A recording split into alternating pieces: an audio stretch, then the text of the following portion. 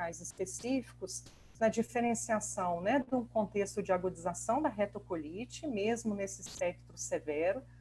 São os principais aqui representantes, né, de contextos infecciosos que podem simular um contexto de agudização, e daí a importância dos exames fecais específicos, que a gente colocou ali no slide anterior, e também, né, aqui na representação abaixo, como a gente falou, a gente pode lidar até com 20% de pacientes que cheguem com contexto de uma retocolite aguda grave e que não sabiam que tinham a doença. Então, Renato, eu acho que precisa compartilhar novamente a apresentação. Isso. Tá dando aí agora? Tá aparecendo aí, pessoal? Ainda não.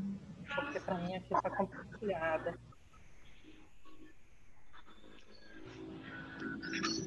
Talvez tenha passado para outro quando ela saiu. Tem que ver com quem está o compartilhamento. Espera aí um pouquinho, então, pessoal. Deixa eu ver aqui. Espera aí só um pouquinho. Agora eu acho que vai. Agora foi. Agora foi. Né? E aqui só para mostrar na linha abaixo, né, de pacientes que previamente não sabiam ser portadores de doença inflamatória de retocolite que se apresentem, né, com evento agudo grave, é importante também a gente pensar em ferramentas que possam servir de diagnóstico diferencial com outras entidades, como colite isquêmica, câncer coloretal, doença hemorroidária complicada, doença diverticular ou de colite actínica. Então, quando eu falo das ferramentas por imagem, aqui a gente vê muito, e principalmente talvez no cenário privado, a execução com frequência nesses pacientes que chegam para admissão hospitalar da realização de tomografia de abdômen, com vistas, né, à avaliação se distensões colônicas estão presentes já à admissão desses pacientes. Só que a tomografia de abdômen, no contexto da retocolite aguda grave, ela não se mostra superior ao raio-x de abdômen na posição supina, e além disso, é um método que pode servir de uma forma desfavorável a exposições à radiação e de uma forma frequente. Então, uma vez que o paciente seja diagnosticado e admitido no intra-hospitalar, o raio-x de abdômen na posição supina, ele deve ser realizado na admissão e também repetido a qualquer sinal de deterioração clínica que o paciente possa apresentar.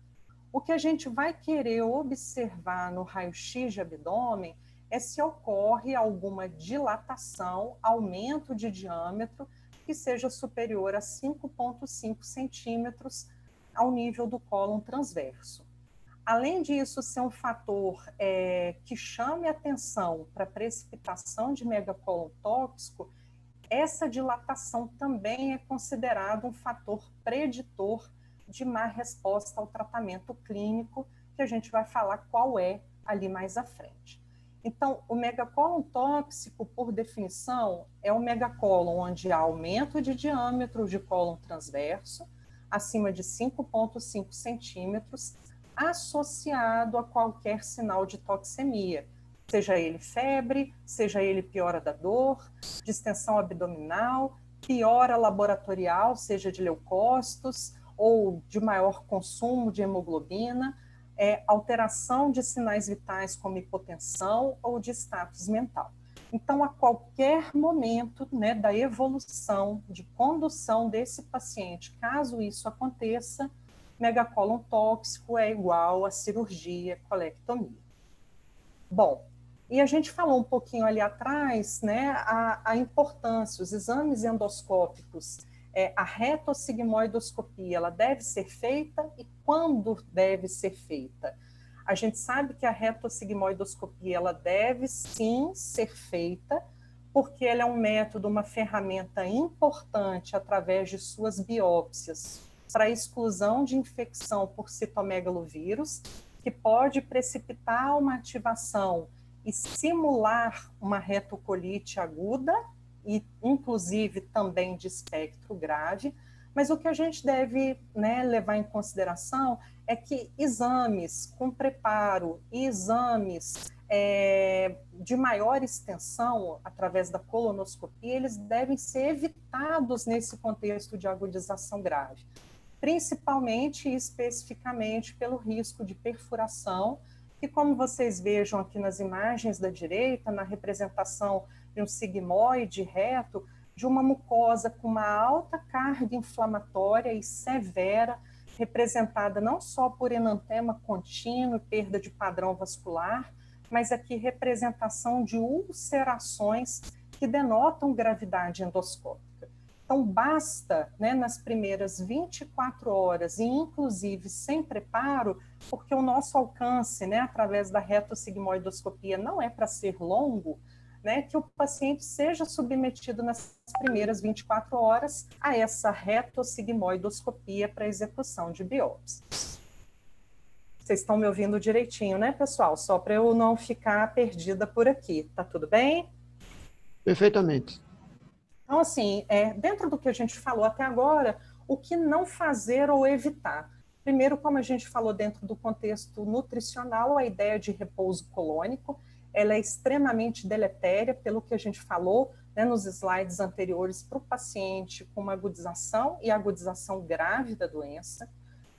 O que a gente também não deve fazer, usar algumas classes específicas de drogas, como anti-inflamatórios, anticolinérgicos, antidiarreicos e opioides, que podem levar, inclusive, à precipitação de megacolon tóxico, antibiótico terapia deliberada, a não ser que haja uma evidência contundente de infecção, tomografia de abdômen, que não se mostrou superior ao raio-x de abdômen nesse perfil de pacientes, e ainda acresce risco e exposições desnecessárias à radiação e colonoscopia pelo risco de perfuração.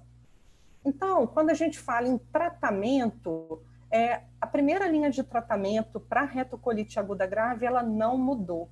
Ela vem desde quase a década de 60 para cá, intocável, vamos dizer assim. Ou seja, a primeira linha de tratamento para esse perfil de pacientes ainda é a corticoterapia, através, seja, né, da hidrocortisona ou metilprednisolona endovenosa. E entenda-se, porque às vezes alguns colegas têm conceito de que a gente está pulsando o paciente, né, por estar fazendo metilprednisolona. A gente está usando metilprednisolona numa dose de equivalência à hidrocortisona. Então, ou a gente usa uma hidrocortisona 100 mg EV de 8 em 8 horas, ou uma metilprednisolona 60 mg dia. E instituída esta terapia medicamentosa, esse paciente ele deve ser reavaliado num período de 3 a 5 dias. E nesse período, alguns dados objetivos eles têm que mudar. Então, nesse período, seja no 3º ou no 5º dia de avaliação, esse paciente ele tem que apresentar ausência de febre, esse paciente tem que cair PCR, ou esse paciente ele tem que ter um número menor do que 4 evacuações por dia. Se isso acontece com o paciente, a gente fala que ele alcançou uma resposta clínica à terapia de primeira linha, e aí esse corticoide endovenoso ele vai poder ser transicionado para dose equivalente oral, e um desmame gradual e semanal vai acontecer, ou a cada diminuição de 5 ou 10 miligramas semanais até se atingir uma dose de 20 miligramas, exemplo de uma prednisona oral, e depois desmames mais lentos ainda, de 5 miligramas dia. Bom, e uma vez que o paciente ele atinja a resposta clínica, e já se transicione corticoterapia venosa para oral, outras terapias de manutenção têm que ser pensadas e incluídas, porque essas terapias de manutenção, elas não vão ter uma atuação, uma ação de imediato, de pronto. Então, enquanto se consegue manter indução de remissão de doença com corticoterapia, outras drogas ainda estão tendo seu tempo de ação para que em semanas, né, elas comecem a ter o seu efeito enquanto está se fazendo o desmame lento dessa prednisona. Então, o que deve ser incluído como manutenção no paciente que responde a corticoide são ou imunossupressores ou terapia biológica. Bom, o percentual de resposta a essa terapia de primeira linha, ele chega até em torno de 65% dos pacientes, ou seja, em torno desse percentual vai responder à corticoterapia. Mas vocês vejam que ainda nós temos um grande percentual de 35%, às vezes até um cenário de 40% dos pacientes com AZUC que não vão responder à corticoide. E aí, o que fazer? Você instituiu corticoterapia, que teoricamente te dava um chão percentual de 65% de resposta. Nesse período de 3 a 5 dias, o paciente ainda mantém febre, mantém PCRs ainda muito elevados e mantém uma frequência evacuatória não satisfatória, não em queda. Então, aí a gente vai para a terapia de resgate. As terapias de resgate que a gente tem ainda hoje, elas são baseadas em 2 terapias. Ou a utilização de infliximab, que é uma terapia biológica, às custas de uma classe chamada de anti-TNF, ou a ciclosporina, que é um inibidor de calcineurina. Então, a gente vai falar muito, de uma forma breve sobre essas terapias de resgate, e embora o uso dessas terapias, eles tenham adicionado muito ao nosso arsenal e cuidado, diminuindo mortalidade dos pacientes, a gente vê ainda que morbidades relacionadas à colectomia, infelizmente, elas não mudaram ao longo dos anos, mesmo com a instituição, seja do infliximab ou da ciclosporina. Ainda, num período a longo prazo de 5 anos, mesmo com o uso de qualquer delas, as taxas de colectomia, elas ainda podem alcançar um percentual que não é baixo, de 45%. Bom, então, brevemente falando, primeiramente sobre a ciclosporina. A ciclosporina ela foi usada inicialmente no contexto da retocolite aguda grave na década de 90, e ela tem taxas de remissão clínica que giram em torno de 60% a 80%, e que a gente vai ver um pouquinho ali na frente, que vão ser, de certa forma, equivalentes às taxas também de remissão clínica que a gente consegue com infliximab. Então, não existe aqui uma droga de resgate que seja melhor do que a outra. O que a gente lida com problemas no nosso cenário clínico, de vida prática, é porque a ciclosporina ela vai exigir um pouco da gente. Não é uma droga de tão fácil acesso em ambiente hospitalar, em alguns cenários sim, mas no SUS, principalmente, a gente tem muita dificuldade.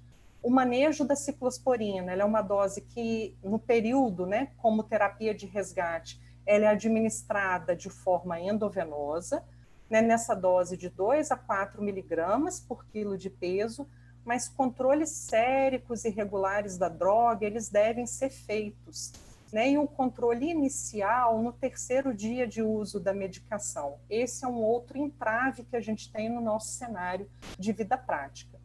E uma vez instituída qualquer terapia de resgate, seja ciclosporina, seja infliximab, uma nova avaliação deve ser feita desse paciente, em termos de avaliar resposta ao tratamento, no período de dias de 4 a 7 dias do início da medicação.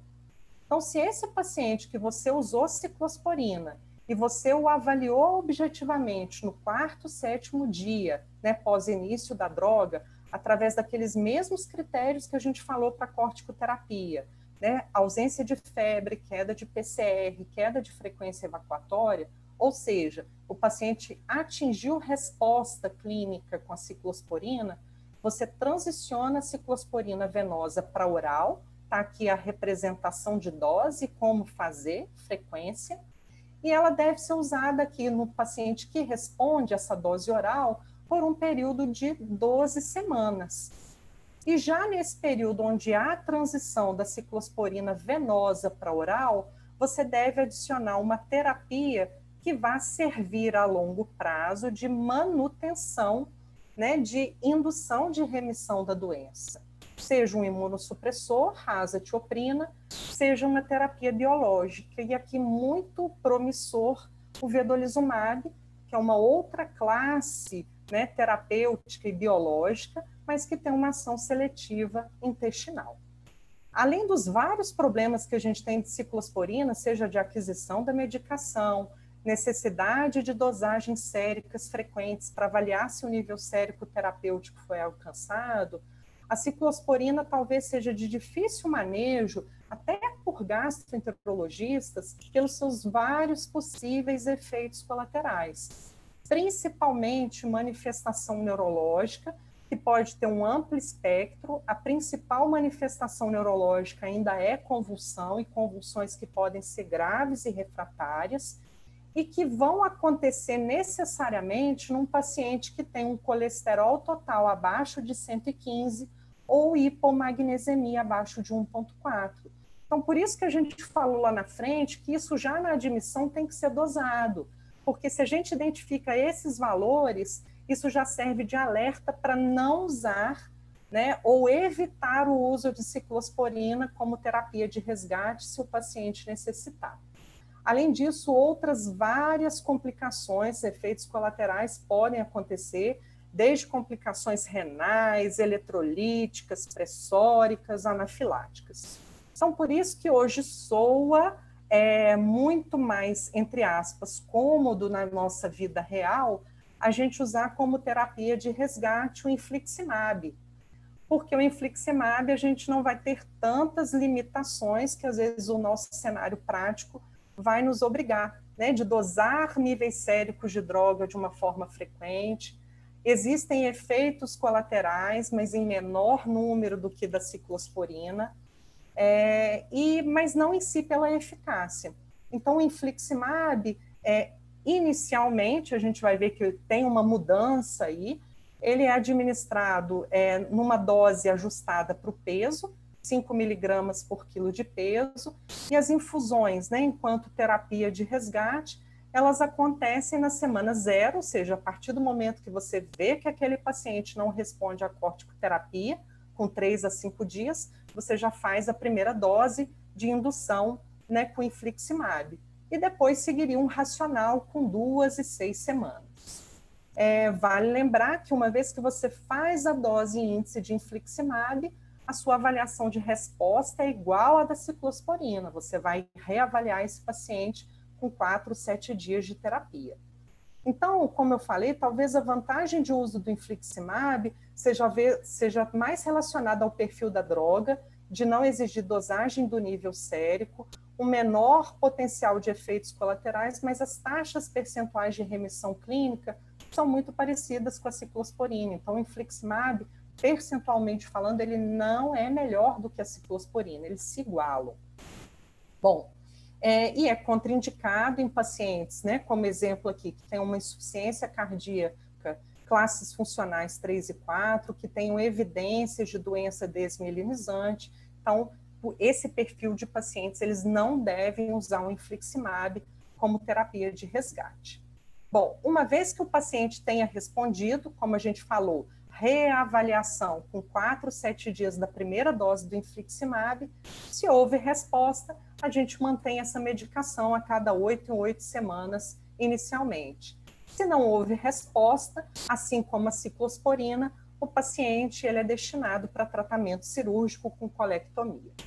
O que eu quero mostrar para vocês, e aqui eu coloco na última linha, né, o que mudou um pouquinho o paradigma no manejo, né, de como manejar o infliximab nesse grupo específico de pacientes, é o que a gente quer colocar aqui.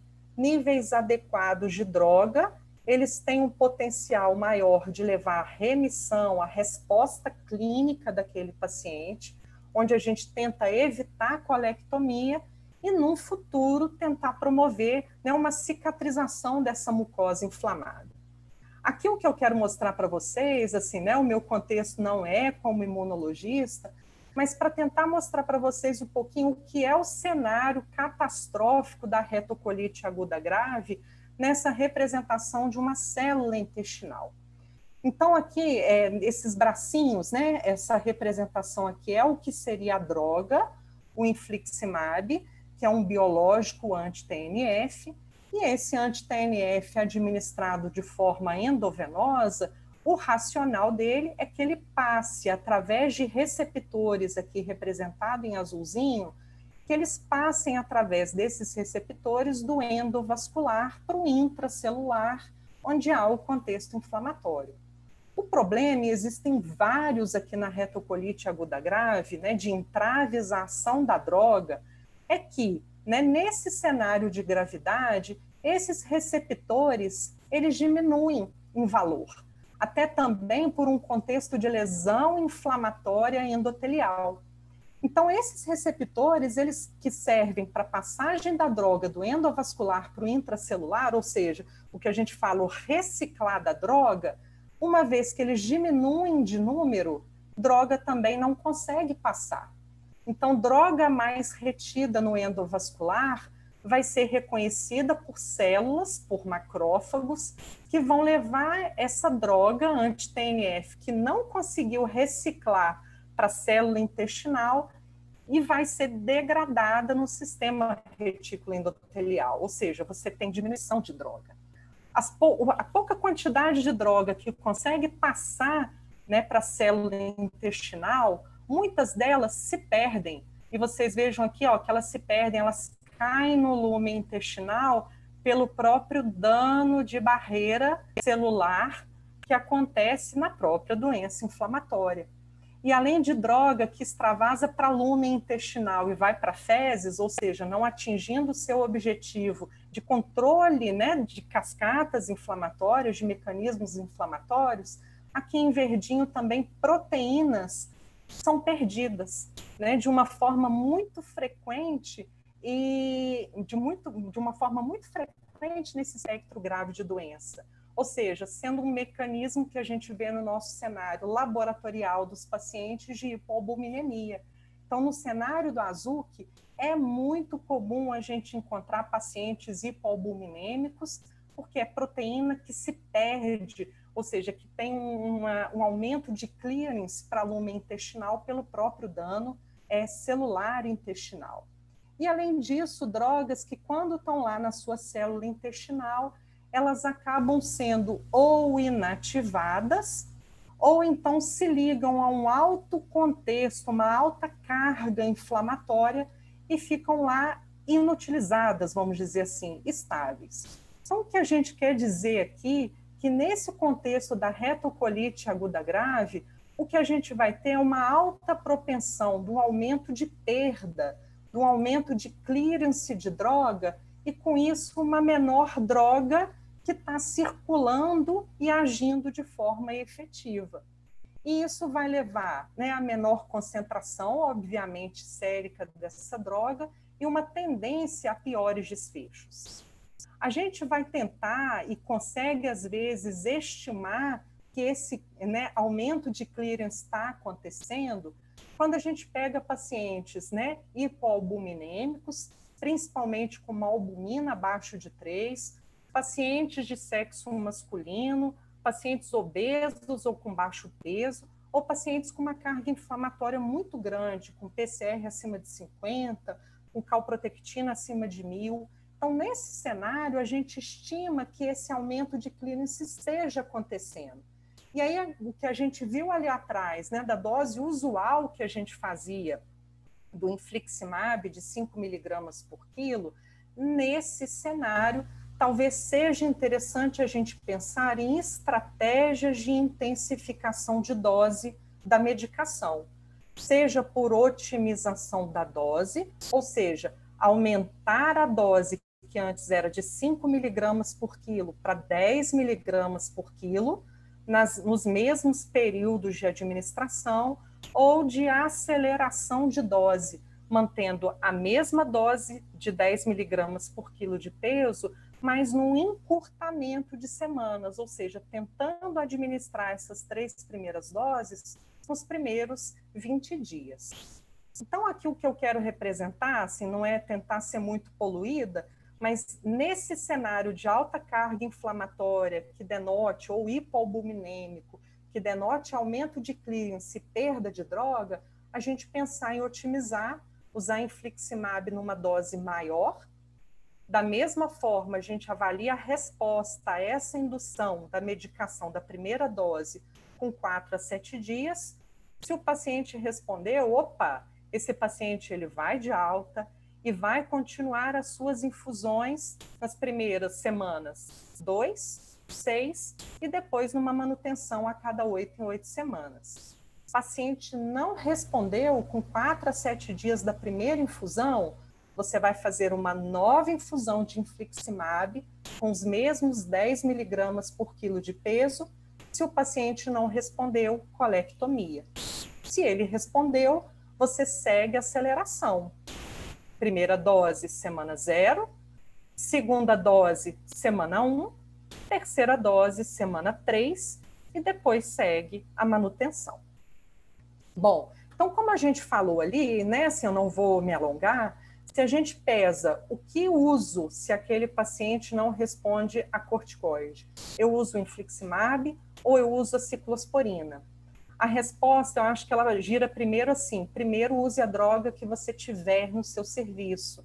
Segundo, use a droga que você tem experiência de usar ou a equipe que você chama para te ajudar no resgate desse paciente tem experiência de uso, né? Porque, em termos de eficácia ou de segurança, essas duas medicações elas têm se mostrado equivalentes e também têm se mostrado não só em eficácia e segurança equivalentes, mas também como falha e necessidade de colectomia percentual muito próximas e sem diferença estatística. Uma coisa que às vezes vocês podem ver na literatura é assim, se existe espaço para terapia de resgate sequencial. O que é isso? Eu usei infliximab naquele esquema que a gente falou ali atrás, o paciente não respondeu. Então, agora eu vou usar ciclosporina para ele. Isso seria terapia de resgate sequencial. Usei uma droga que falhou, eu vou usar outra. Isso a gente sabe ainda na literatura, que não há espaço ainda para uso, né, e para orientação dessa forma de resgate dos pacientes.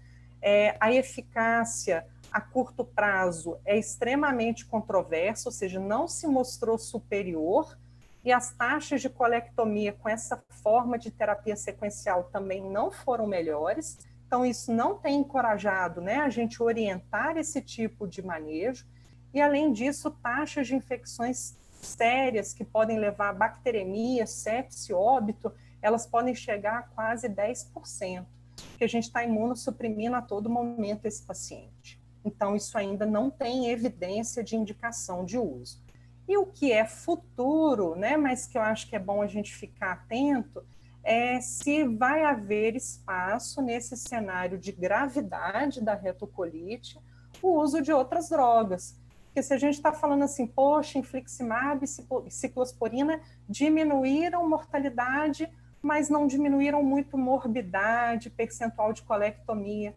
Eu acho que a gente tem realmente necessidade de estudos de outras drogas que possam beneficiar o cenário desses pacientes. Mas seja o uso ainda do vedolizumab ou do tofacitinib, eles ainda são muito incipientes. Não existe ainda uma evidência robusta para indicação de uso nesse cenário AZUC dessas drogas, principalmente quando a gente fala no tofacitinib, que tem um rápido efeito de ação. Muitos dos estudos, eles ainda são feitos à base de séries de casos. Então, ainda falta evidência para garantir segurança, para indicar eficácia a longo prazo e indicar, né, uso dessa medicação para benefício dos pacientes. Acho que o Bruno vai falar muito melhor das contribuições cirúrgicas, mas quando a gente viu que nem terapia de resgate ela ajuda o paciente, né, a atingir resposta clínica, o paciente ele é encaminhado para colectomia. Então, ou seja, os dois contextos, vamos dizer assim, de emergência de colectomia, primeiro, são naquele paciente que a qualquer momento ele teve uma deterioração do contexto clínico, que teve alguma instabilidade, que evoluiu com megacólon tóxico, que possa ter evoluído para qualquer contexto perfurativo, ou aquele paciente que chega para a gente com uma hemorragia incontrolável. Então, isso são indicações muito bem estabelecidas de uma colectomia de emergência, mas também, como a gente viu ao longo de todo o processo de tratamento, naquele paciente que não responde, que não respondeu à corticoterapia, que não respondeu à terapia de resgate. É lógico que quando a gente fala, obviamente, em cirurgia de emergência ou de urgência, a gente vai estar crescendo um percentual de mortalidade que está relacionado não só ao contexto de emergência, mas também ao próprio fator idade do paciente e centros que têm pouco hábito em operar esse perfil de pacientes. Então, as mensagens finais é para dizer que a retocolite aguda grave, ela é uma emergência médica, ela exige reconhecimento precoce e uma condução e um acompanhamento multidisciplinar desse tipo de pacientes. Sempre na admissão, esses pacientes devem ser descartados para possíveis infecções superimpostas, principalmente Clostridium e citomegalovírus, e a qualquer sinal de complicação, que seja observado e monitorado na condução desses pacientes, para caso sejam diagnosticadas a abordagem, a condução para abordagem cirúrgica. A gente viu muito com as terapias de resgate, como a gente falou, uma diminuição de mortalidade, mas ainda as taxas percentuais de colectomia deixam muito a desejar. A primeira linha de tratamento, ela ainda é corticoterapia, e terapia de resgate para pacientes que não respondam a corticoide, ela ainda permeia o uso dessas duas classes de medicação, o infliximab ou ciclosporina. E como a gente falou, a decisão de usar uma ou outra vai se basear na disponibilidade do serviço, na experiência, nas contraindicações possíveis pessoais do paciente.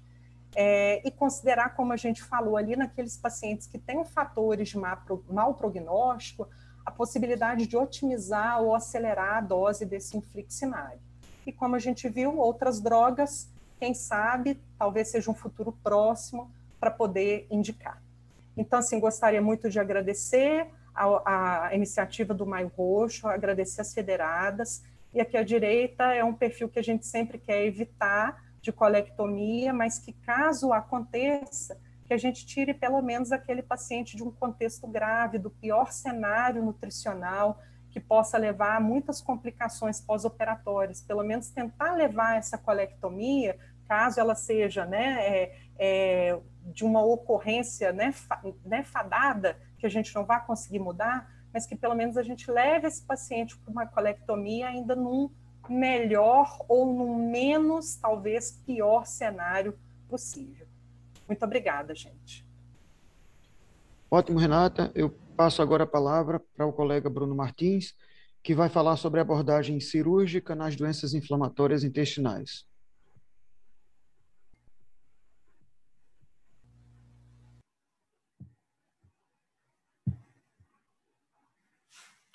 Obrigado, doutor Marcos. Vocês conseguem ver minha apresentação? Sim. Deixa eu só minimizar aqui um pouquinho. Bem, boa noite a todos. Agradeço a doutora Juliana e doutor Júlio pelo convite. Para mim, realmente é uma honra estar aqui nessa reunião com colegas tão distintos. Cumprimento a doutora Renata e a doutora Luciana pelas apresentações brilhantes. E hoje eu tenho a tarefa de falar acerca de abordagem cirúrgica nas doenças inflamatórias intestinais.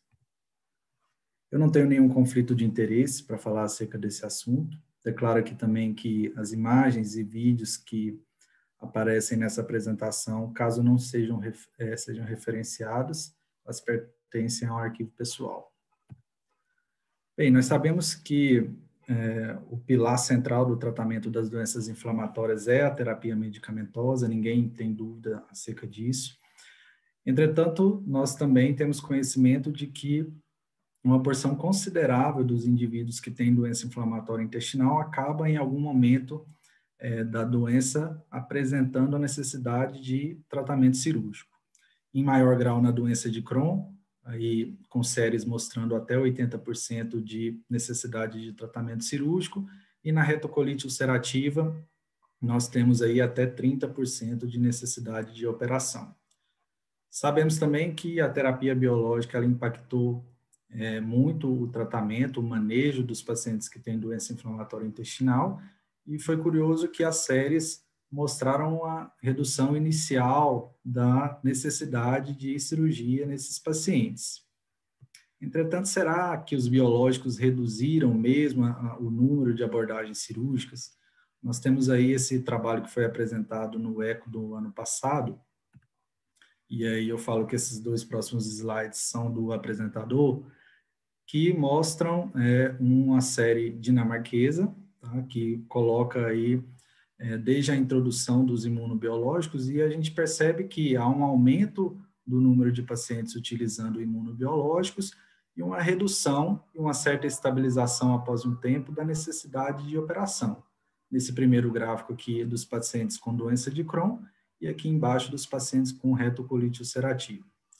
Entretanto, se nós analisarmos de uma outra maneira, analisando desde o diagnóstico do paciente, nós percebemos, na verdade, que há uma mudança no perfil da necessidade de operação.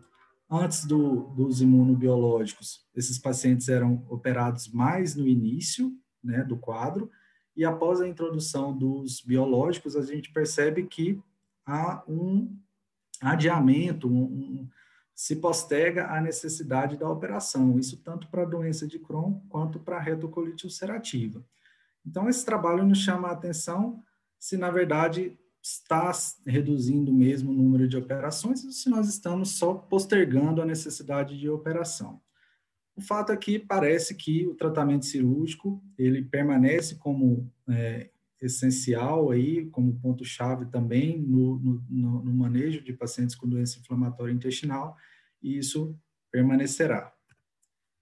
E quais são as peculiaridades que nós temos a respeito da cirurgia nos pacientes que têm doença inflamatória intestinal? Aqui eu separo entre doença de Crohn e retocolite ulcerativa, porque na doença de Crohn a gente sempre vai trabalhar com o fantasma da recidiva, né? Com a possibilidade dessa doença retornar após a operação. Então, aqui na imagem da colonoscopia, um paciente operado pela nossa equipe, nós percebemos aqui, já após um ano da ressecção ileocólica, úlceras ali no ilho terminal, úlceras na anastomose, então aí uma recidiva da doença, né? Então, a gente tem que trabalhar sempre com essa possibilidade, a despeito de sabermos que alguns pacientes entrarão em remissão também depois da operação, mas a cura, ela é elusiva nesse contexto. Então, as principais indicações cirúrgicas, elas estarão relacionadas às complicações da doença e ao controle dos sintomas. Já na retocolite ulcerativa, o que nós temos de mudança é o potencial curativo da operação, tá? A gente vai falar um pouquinho mais à frente acerca disso. E sempre que a gente fala em cirurgia, no contexto de doença inflamatória intestinal, parece que paira uma nuvem negra, assim, porque parece que é uma derrota e os resultados parecem, classicamente, nós temos resultados pós-operatórios que são desencorajadores, né? Então, como que a gente pode fazer para mudar isso? Tem alguns passos que nós temos que seguir no momento de indicar uma operação para um paciente com doença inflamatória, né? Então, a gente tem que escolher bem o momento da operação. Isso exige uma sintonia fina de equipe entre o gastroenterologista e o coloproctologista. Momento de operação também no contexto de que esses pacientes, eles, na maioria das vezes, podem ser retirados de um contexto de urgência e passados para uma operação eletiva, possibilitando, assim, uma otimização clínica e melhora dos resultados por conseguinte. Então, falando um pouquinho mais de considerações pré-operatórias, a avaliação inicial que a gente tem desse paciente é muito importante. O indivíduo, ninguém quer operar, a gente sabe disso, então, muitas vezes, o paciente ele vai chegar e vai dizer que não está sentindo nada, mas quando você começa a investigar um pouquinho mais, você percebe que ele tem uma restrição alimentar muito grande, que a qualidade de vida dele está ruim, mas pelo tempo de doença, ele acabou se acostumando a esse fator. Então, a gente precisa sempre investigar bem o quadro clínico, a avaliação radiológica, o mapeamento radiológico e endoscópico é obrigatório antes da operação, a gente vai ver em algumas imagens isso mais à frente. Terapia nutricional, hoje eu considero que ter uma equipe de terapia nutricional junto na condução desses pacientes é essencial para quem trabalha com doença inflamatória intestinal. O manejo da terapia medicamentosa, isso seria no contexto de que nós sabemos que corticoterapia é deletéria no resultado pós-operatório, então o ideal é que nós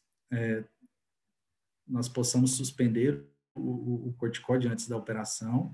As tiopurinas, elas parecem não ter efeito deletério, e a terapia biológica, na verdade, nós temos alguns resultados divergentes, né? A tendência parece ser de que realmente não há uma complicação, um aumento de complicações decorrentes da terapia biológica no pós-operatório.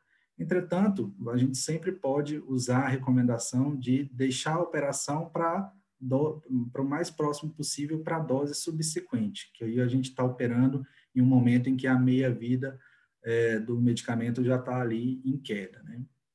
Controle de sepse, o que a gente vem comentando, de tentar sempre tirar esse paciente da urgência, né? Seja no contexto de abscesso ou de colite aguda grave, de tentar controlar o processo para depois operar de uma maneira melhor. Parar o tabagismo, especialmente nos pacientes com doença de Crohn, e um ponto aqui chave, que é a estomaterapia, né? Isso é essencial também para quem trabalha com cirurgia coloretal, e especialmente na área da doença inflamatória intestinal. A gente sabe que tem indivíduos que vão necessitar de um estoma definitivo, então isso deve ser muito programado, bem programado, porque a gente não pode estar criando mais um problema para o paciente, tá? E é muito importante a nossa função em quebrar o preconceito que existe em relação ao estômago, que pode ser uma ferramenta muito importante no manejo desses pacientes.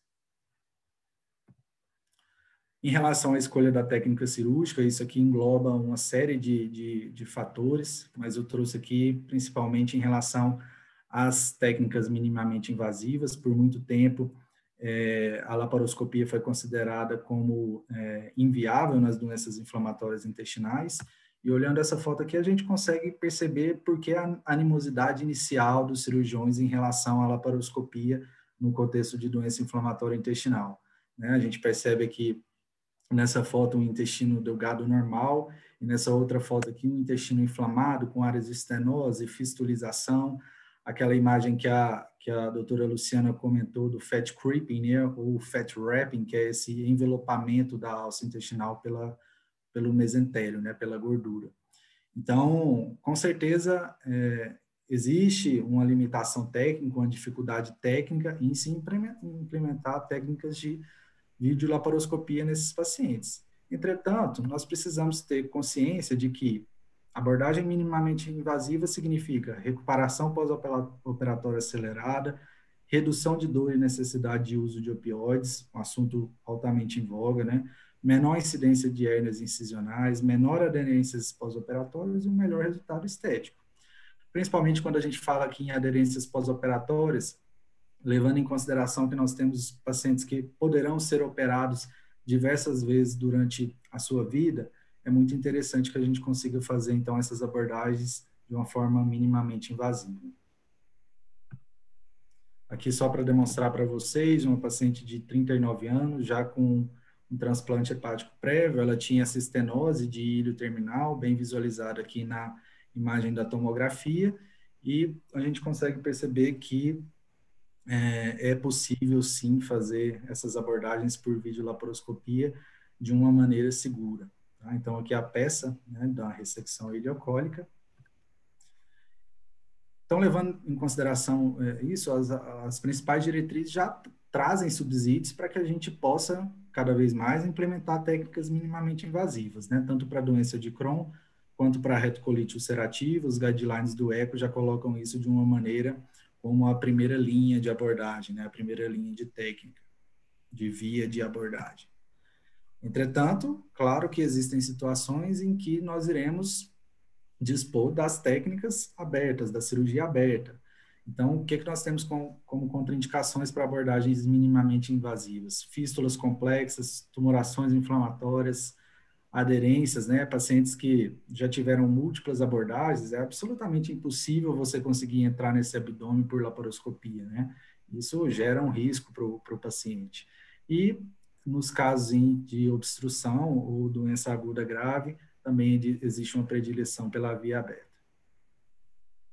Agora, passando propriamente para a parte das indicações cirúrgicas, eu vou começar aqui pela doença de Crohn. Nós temos aí as indicações em cenário eletivo e aquelas de urgência ou emergência, né? Então, eu deixei aqui a falha ao tratamento medicamentoso é uma indicação. Estenoses e fístulas com certeza representam a maior causa aí de operações abdominais para a doença de Crohn, tá? Quando se fala em estenose, principalmente aquelas de componente fibrótico, né, quando a gente sabe que a terapia biológica já não vai mais fazer efeito, e também as fístulas, por serem consideradas ali alterações arquiteturais, né, estruturais do intestino, que também não se resolverão com a terapia biológica. Câncer e displasia, a exemplo também, a semelhança da retocolite ulcerativa, são considerados como indicações para abordagem cirúrgica. Os abscessos eu deixei aqui até com a cor amarela aqui, né, de uma atenção para a gente que esses pacientes eles irão se apresentar no pronto-socorro e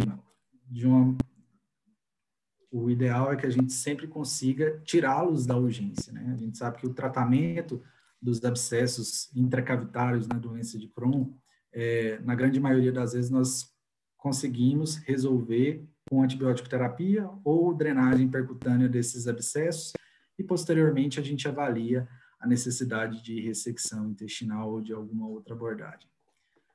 Perfuração e hemorragia, aí sim são indicações de abordagem cirúrgica de urgência / emergência, né? Entretanto, eu reitero que perfuração e hemorragia são cenários extremamente raros de serem encontrados, né? Uma perfuração livre para a cavidade é algo difícil da gente ver assim no paciente com doença de Crohn. E o que a gente tem de novidade em relação à indicação cirúrgica seria realmente a alternativa de se utilizar o tratamento cirúrgico naqueles pacientes que apresentam doença não estenosante, ou seja, doença de predomínio inflamatório e limitada ao íleo terminal. Então, a doença ileocólica limitada ali é uma alternativa real à terapia biológica, fazer a ressecção ileocólica. A gente vai discutir um pouquinho mais à frente sobre isso. Então, demonstrando aqui mais uma vez, essa é a operação com certeza mais realizada, a operação abdominal mais realizada nos indivíduos que têm doença de Crohn, que é a ressecção ileocólica.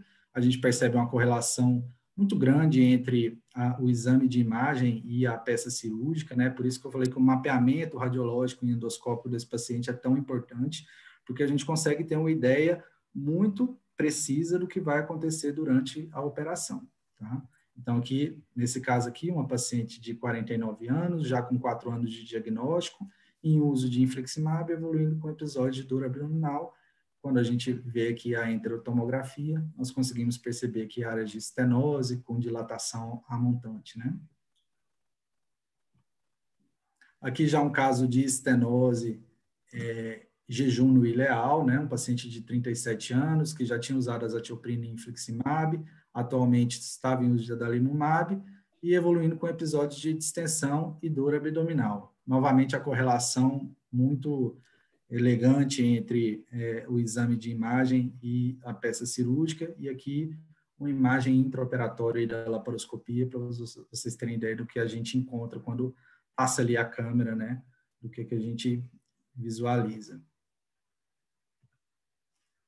Novamente aqui, num contexto de estenose jejum ileal, nesse caso aqui, um jovem de 16 anos, com diagnóstico recente, estava em uso de adalimumab e azatioprina, mas apresentando episódios recorrentes de dor abdominal e vômitos, né? E aí a gente, olhando uma imagem dessas no pronto-socorro, se não é num indivíduo com doença inflamatória intestinal, com doença de Crohn, com certeza seria uma abordagem cirúrgica de urgência, mas a gente sabe que esses pacientes evoluem dessa forma de uma maneira crônica e eles, de certa maneira, ficam bem adaptados a esse processo obstrutivo crônico. Então, eles restringem a dieta, fazem uma série de manobras para tentar aliviar um pouco o desconforto, né? Mas aqui a gente conseguiu tirar esse paciente de um quadro de urgência, ele foi operado após terapia nutricional e foi ressecada aqui essa área de estenose, que está bem clara aqui, né? A gente percebe essa dilatação aqui gigante, jejunal, tá? e aqui a gente percebe o intestino de uma maneira normal que está depois da estenose, né? Então, foi feita uma enterectomia, esse paciente ele saiu do hospital sem um estômago. Ainda no contexto de estenose, nós também temos a possibilidade de realizar estenoplastias, né? E isso principalmente naqueles pacientes que estão em risco de intestino curto. Então, para as estenoses mais curtas, nós temos a abordagem mais comum que é realizada, que é Heineken-Mikulix. Aqui, para estenoses intermediárias, essa abordagem de Finney. E naquelas mais longas, nas estenoses mais longas, a gente pode utilizar aqui essa técnica de Michelace.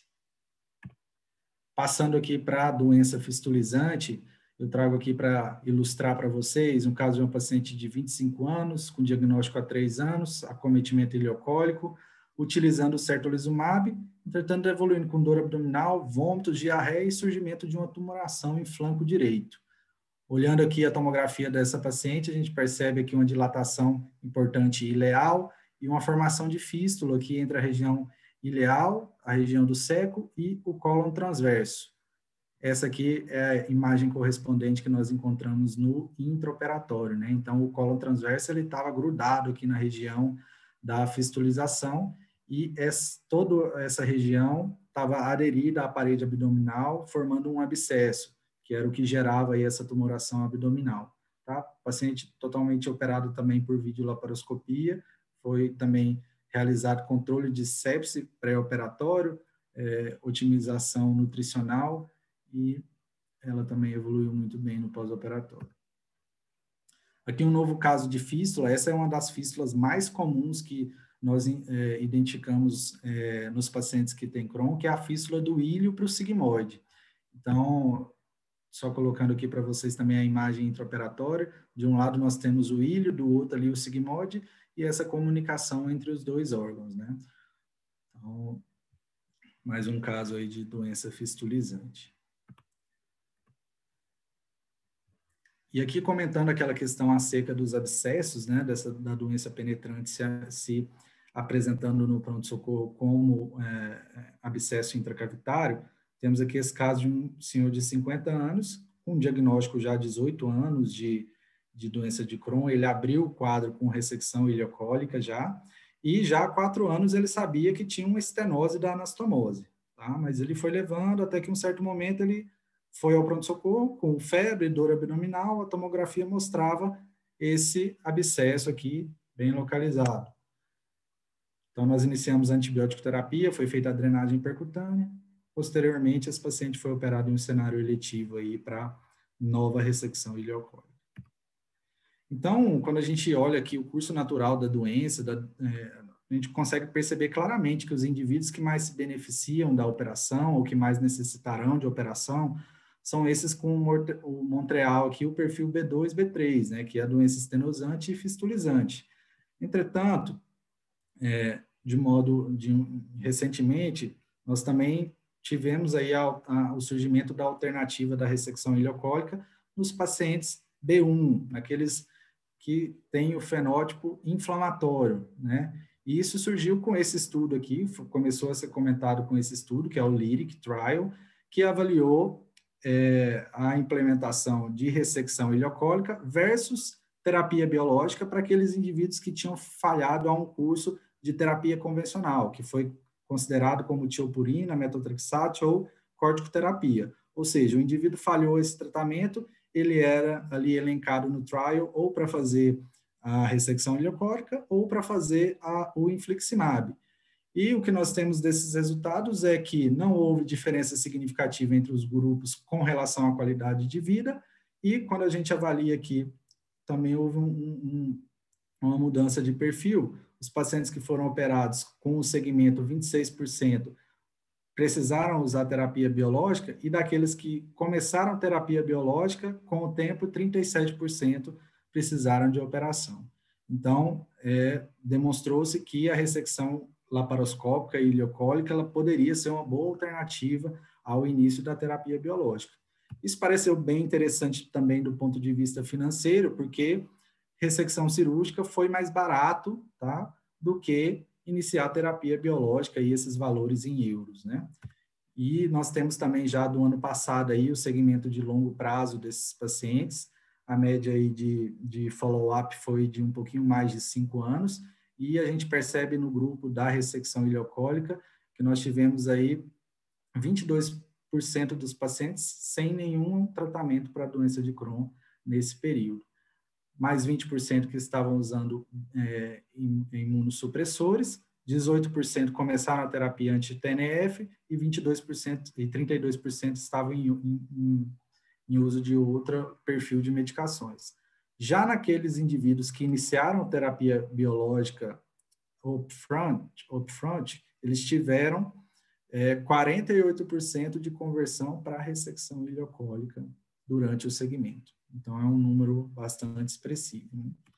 Então, levando em consideração esses dados, que o último guideline do ECO trouxe que realmente a ressecção ileocólica ela pode sim ser uma alternativa nesses pacientes que têm doença limitada ao ilho terminal. E isso é bem descrito no trial, tá? Esse paciente ele precisa ter, no máximo, 40 centímetros de acometimento ali, tá? Porque senão ele não se enquadraria no que foi estudado.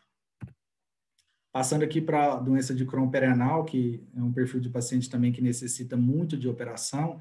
A doutora Luciana também comentou a respeito das manifestações que são possíveis da doença de Crohn perianal, e a gente sabe que é muito frequente, tá? Nessa série aqui da Nova Zelândia, com 20 anos de doença, 42% dos pacientes apresentaram algum tipo de acometimento perianal, sendo que desses 28,3%, tá? 28,3% dos pacientes tiveram fístulas, que geralmente são de abordagem cirúrgica. Então, o tratamento hoje recomendável é a terapia combinada. Então, a gente sabe que o acometimento perianal costuma ser uma indicação clássica para início de terapia biológica, particularmente dos anti-TNFs, e o posicionamento do ceton, né, do dreno. E aí a gente tem o cenário depois da retirada desse dreno. Faça a terapia de indução, retira-se o dreno. Se essa fístula não cicatrizar, nós temos aqui várias opções para tentar a cicatrização dessa fístula. E se a gente tem várias opções é porque nenhuma delas é muito boa, né?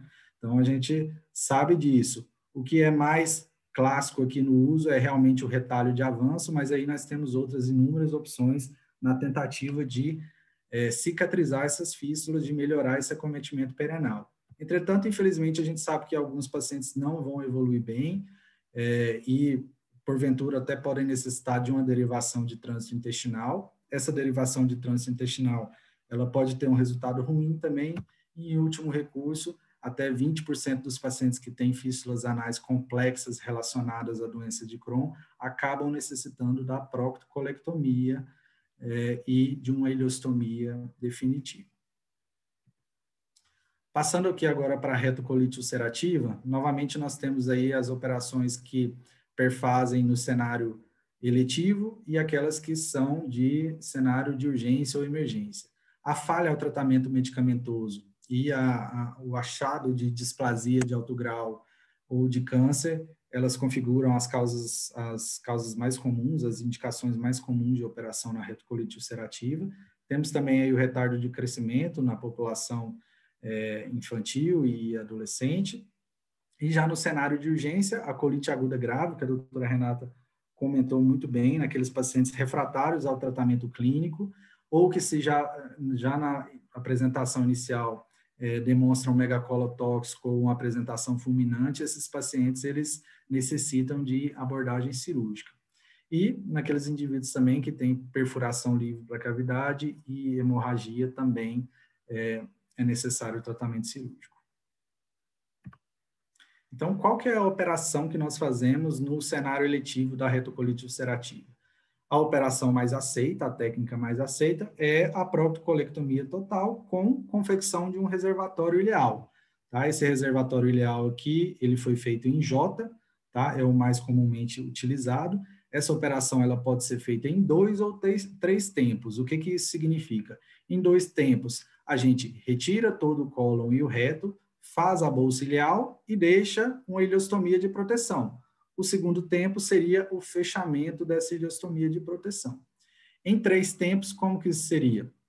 a gente faria só a colectomia subtotal, deixaria o reto no local, e em um segundo momento nós retiraríamos o reto e confeccionaríamos a bolsa ileal com a ileostomia de proteção, e o terceiro momento nós faríamos o fechamento dessa ileostomia. O que muda essa indicação, né? A operação em 3 tempos, ela vai ser mais indicada naqueles indivíduos que estão refratários ao tratamento clínico e, eventualmente, estão desnutridos, utilizando corticoides, fatores que prejudicam os resultados pós-operatórios. Então, nesse contexto, não seria indicado fazer uma bolsa ileal em um indivíduo que está, por exemplo, em corticoterapia crônica, porque a bolsa ileal ela tem um índice alto de sepse pélvica, e a gente sabe que se na ocorrência de uma sepse pélvica, os resultados funcionais dessa bolsa ileal no futuro serão muito ruins. Outra indicação de se fazer em 3 tempos é naquele indivíduo que você tem dúvida se é ou não retocolite, né? Naquela colite não classificada, porque aí você vai retirar todo o cólon, vai enviar para análise histopatológica e isso pode trazer algumas dicas aí no fechamento do diagnóstico desse paciente. Aqui eu trago para vocês uma peça cirúrgica resultante de uma proctocolectomia. Nesse caso aqui foi por displasia, tá? Operação realizada em 2 tempos. E aqui de um paciente, aqui é uma bolsa ileal em J, tá? De um paciente que foi submetido à proctocolectomia por conta de refratariedade ao tratamento clínico, tá? Obviamente que essa operação, ela traz o potencial curativo, porque nós sabemos que a retocolite atingirá intestino grosso e reto. Entretanto, cobra-se um preço, e o preço são os resultados funcionais que essa operação traz. A retirada do reto, ela traz consequências muito importantes para o hábito intestinal da pessoa. Nós tentamos minimizar esse efeito fazendo um neorreto, um reservatório ileal. Entretanto, mesmo assim, esse paciente ele terá em torno de 8 evacuações diárias e em torno de 2 evacuações noturnas, correndo também aí risco de SOIL, incontinência fecal, fora as alterações que nós temos funcionais, sexuais, decorrentes do manuseio da pelve, né? Então, a gente sabe que isso pode resultar em infertilidade, em disfunções miccionais, sexuais. Então, tudo isso influencia na escolha dessa abordagem. E pensando na morbidade da proctocolectomia, que alguns centros advogam a realização de uma colectomia total com ilho-reto anastomose. Entretanto, a gente sabe que os pacientes que se beneficiarão dessa operação representam uma fatia bem pequena dos pacientes com retocolite ulcerativa. Por quê? Porque para preservar o reto, eu preciso que o envolvimento seja limitado ou que ele esteja bem controlado por medicações, tá? O que, se a gente pensar aí na principal indicação de operação, que seria a refratariedade ao tratamento clínico, já não se encaixaria, tá? A gente precisa que exista boa complacência retal, porque senão o efeito também funcional pode ser ruim, a ausência de displasia ou câncer na região.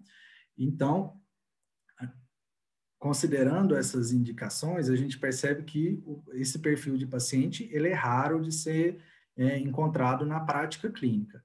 Geralmente, serão mulheres em idade fértil que desejam preservar a fertilidade, tá? E aí você pode usar essa operação até mesmo para uma ponte no futuro, fazer a proctocolectomia, ou indivíduos também que desejam evitar aí a disfunção erétil, que não acontece em todas as operações de proctocolectomia total, isso tem que ficar bem claro, tá? Mas, obviamente, a chance é aumentada. Existe algum outro tratamento, tá? O que pode estar saindo aí de novidade, a gente sabe que está à beira aí de um novo congresso do ECO e faz algum tempo que não sai alguma diretriz acerca da retocolite ulcerativa, é o papel da apendicectomia no manejo desses pacientes. Existe uma evidência cada vez mais crescente de que talvez o apêndice secal ele tenha um efeito aí mediador inflamatório em todo esse processo. E esse trabalho aqui, publicado em 2019 no British Journal of Surgery, eles compararam aí a um N muito pequeno, né, mas indivíduos que tinham indicação de fazer proctocolectomia foram convidados a, em vez de fazer a proctocolectomia, tentar fazer uma apendicectomia. Então, eles internavam no hospital, faziam a apendicectomia por laparoscopia e iam embora no mesmo dia. Num segmento aí de 3,7 anos, 13 pacientes tiveram resposta clínica. Desses 13 pacientes, 7 estavam em remissão endoscópica. Então, obviamente que esse estudo não permite que a gente fazendo apendicectomia para os pacientes com retocolite ulcerativa, mas ele traz aí alguma luz que deve ser respondida em estudos futuros. A gente sabe que tem aí a CURE Trial, que está ocorrendo, que estuda também a realização da apendicectomia em pacientes em fases, em graus moderados e leves também dos pacientes com retocolite ulcerativa. Então, é algo para a gente aguardar aí nos próximos capítulos, né? No cenário de urgência, qual a operação que a gente vai realizar? Obviamente que a gente não vai expor um paciente que está grave a uma dissecção do reto, a uma dissecção pélvica. Então, a operação é a colectomia total com ileostomia terminal, da maneira mais rápida que você conseguir fazer. Se for possível fazer por laparoscopia, é desejável que seja feito por laparoscopia também. O grande problema no cenário da urgência, especialmente aí na colite aguda grave, é a deiscência do coto retal. Então, existem algumas manobras que a gente pode fazer, prevendo aí que esse coto retal vai abrir. Então, sepultar ele no subcutâneo, porque caso ele abra, já forma ali uma fístula. A gente pode já deixá-lo como fístula mucosa ou também deixar um dreno retal ali nesse paciente no pós-operatório. Então, aqui é uma peça cirúrgica de um paciente operado em circunstância de urgência. E eu trago aqui também, quase finalizando para vocês, eu comentei que a proctocolectomia ela tem um potencial curativo, mas será mesmo que essa operação ela representa o fim da retocolite ulcerativa? Nós sabemos que não, né? Nós sabemos que mesmo na bolsa ileal, tá, podem surgir sinais inflamatórios, né? A bolsite aí, que é uma complicação de manejo difícil desses pacientes, e também a inflamação do cuff retal, né, daquele pedacinho de reto que a gente deixa ali para fazer a anastomose. Então, esse pedacinho de reto aqui, ele também pode ter processo inflamatório, e isso pode, de alguma maneira, afetar a qualidade de vida e até os resultados funcionais da bolsa ileal desses pacientes. Então, gostaria de deixar como mensagens finais aqui que o papel do cirurgião ele tem se modificado no manejo das doenças inflamatórias intestinais. A gente sai de um contexto de que as indicações eram só no tratamento de complicações e no resgate cirúrgico para uma opção razoável de primeira linha de tratamento. Muito importante que, quando possível, a gente pode e deve retirar esse paciente da urgência, fazer uma otimização clínica pré-operatória e abordá-lo de maneira eletiva.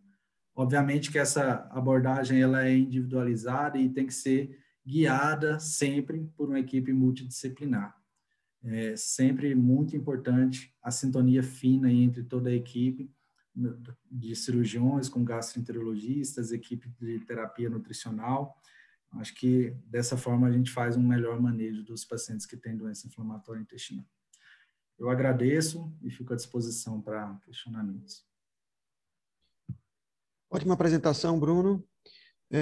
Pelo adiantar da hora, eu vou passar rapidamente a palavra para os debatedores, para que façam alguns comentários, já que nós não tivemos perguntas no chat. Eu sempre priorizo as perguntas do chat, mas como a gente não teve, eu gostaria de saber dos dois debatedores, a Renata e o João Batista, se eles têm algum comentário, alguma observação acerca das palestras. Boa noite, Marco. Eu queria comentar assim, eu acho que até recentemente a gente teve também um convidado na SOBED Nacional falando também dessa parte de doença inflamatória intestinal, e eu gostei muito da abordagem que ele também fez de algo que eu acho que é muito importante a gente falar em termos de doença inflamatória intestinal, que é a importância da gente cada vez tentar mais dirigir as biópsias para pesquisa de displasia, ao invés de fazer aquelas biópsias randômicas.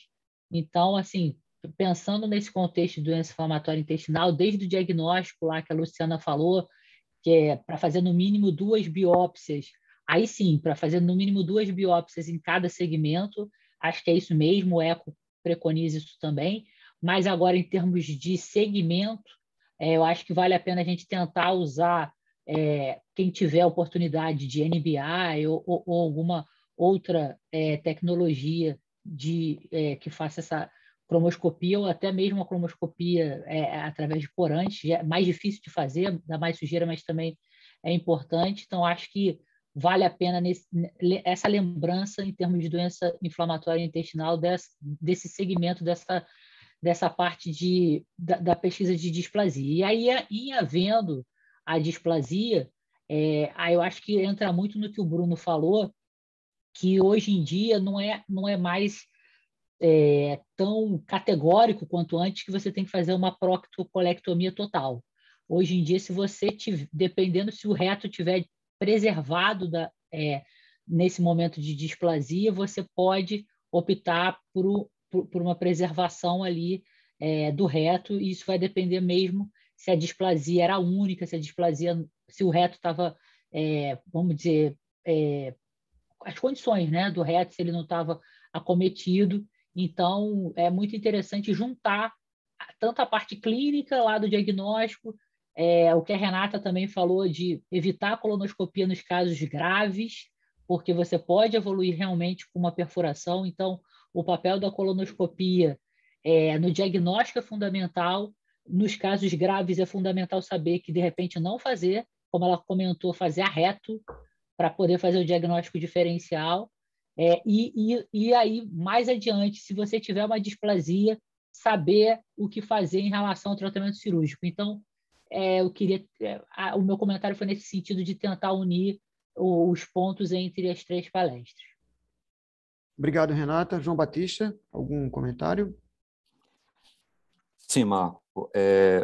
Veja, eu vou chamar a atenção para 2 pontos das apresentações que foram brilhantes, né? Meus parabéns aos 3 apresentadores, doutora Luciana, doutora Renata e doutor Bruno, como sempre. Mas 2 pontos eu gostaria de chamar a atenção. O primeiro ponto, eu gostaria de chamar a doutora Renata e o doutor Bruno em relação ao seguinte fato.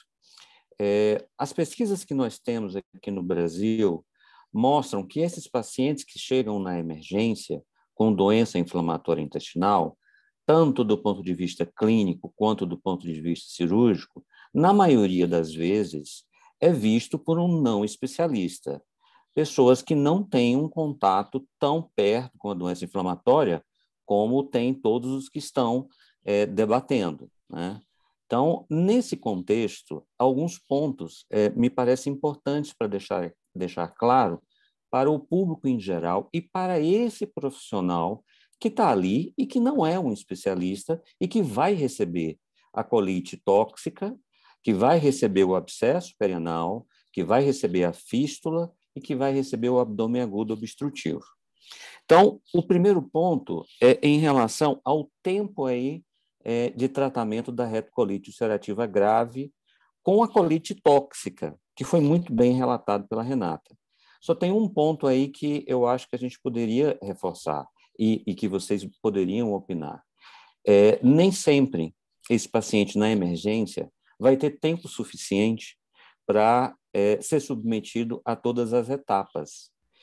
A gente sabe que se esse paciente responder ao corticoide, e aí eu abreviaria, Renata, o tempo de resposta, né? Eu acho que num pronto-socorro, um paciente que chega com um quadro de colite tóxica logo após o diagnóstico diferencial, que você muito bem colocou, eu tenho aí no máximo 72 horas para ter algum tipo de resposta. Se eu não tiver uma resposta em 72 horas, esse paciente vai ser operado. E ele vai ser operado, na maior parte das vezes, por um cirurgião que não é afeito à doença inflamatória intestinal. Então, eu reduziria, né, o tempo aí de resposta como algoritmo, como tratamento, como protocolo, para que isso fosse levado em consideração nos locais onde não existam, né, especialistas, no caso de hospitais secundários, ou até em estados onde você não tenha nenhum tipo de suporte para esse paciente. O infliximab, para algumas pessoas aí, para alguns locais do Brasil, é impensado, né? É impensado que eu vá ter infliximab nessa população. O corticoide ele vai ter. Então, eu reduziria esse tempo aí de protocolo para 3 dias no máximo, para você obter algum tipo de resposta. E aí, como você bem falou, colocar um ponto muito afinado entre a equipe cirúrgica e a equipe clínica. Tá? Então, me chamou muita atenção, porque nós temos pacientes aí com colite tóxica operados em contextos diversos, eles já chegam para nós depois da cirurgia, para a gente tratar. Então, esse é o primeiro ponto.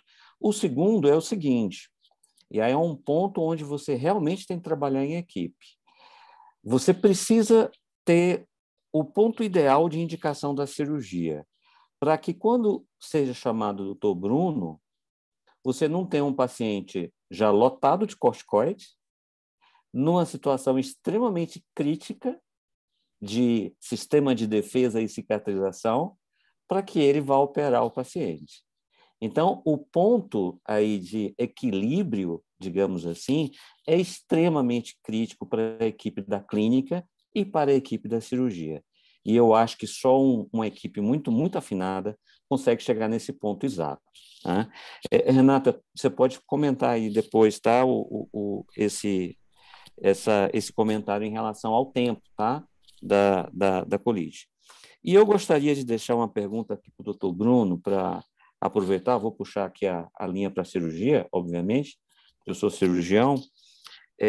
Bruno, o paciente que chega ao pronto-socorro, primeira manifestação dele, doença inflamatória, chega com a massa em fossa ilíaca direita.